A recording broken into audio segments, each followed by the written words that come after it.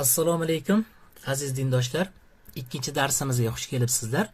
O'tgan darsimizda esinglarda bo'lsa, D harfini ustida masalan quyidagi cho'pcha keladigan bo'lsa, da deb o'qilishi yoki bo'lmasa X harfini ustida quyidagi cho'pcha kelsa, X deb o'qilishini o'rgangandik. Ya'niki quyidagi cho'pcha istalgan harfning ustida kelsa, A o'qiladi hamda da X deb o'qiladi deb tanishgan edik. Lekin shu cho'pchani ayrim mustasno holatlari bor. Ya'ni arab tilida ayrim harflar borki, o'sha harflarning ustida quyidagi cho'pcha keladigan bo'lsa, O o'qiladi.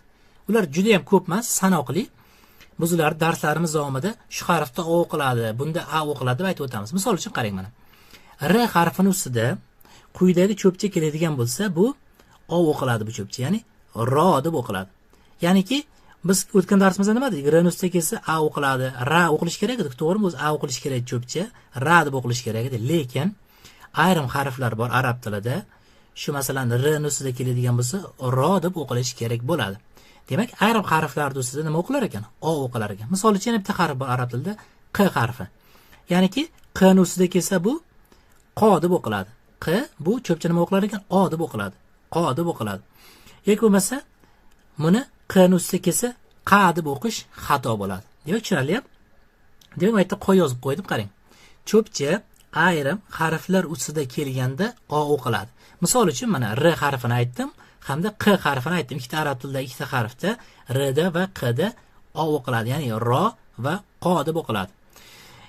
Keyingi narsa, demak, cho'pcha harf ustida kelsa O yoki A deb o'qilar ekan.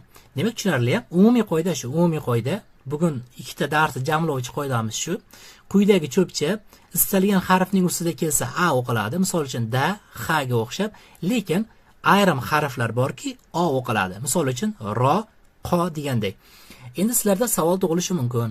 Biz qayerdan bilamiz qaysi payt A o'qiladi, qaysi payt O o'qiladi degan savol bo'lsa, biz hozir faqat cho'pchani, ya'ni bitta ikkita narsalarni o'rganyapmiz. Bitta ikkita darsdan so'ng to'liq arab tili harflariga o'tamiz. O'shanda biz aniq sizga aytib ketamiz. Bunda A o'qiladi, bunda O o'qiladi. Bu juda oson. O'ylaydigan joyi yo'q. Ayrim sanoqli harflardagina O o'qiladi. Uyga asfa sizga shu ikkinchi darsni yozasiz hamda umumiy xulosani o'zingiz tushunadigan qilib yozib qo'yasiz. Demak deysiz, quyidagi cho'pcha asosan A o'qilar ekan, lekin ayrim holatlari bor ekan, O o'qilar ekan. Buni biz keyingi darslarimizda to'liq o'rganamiz deb yozib qo'yasiz.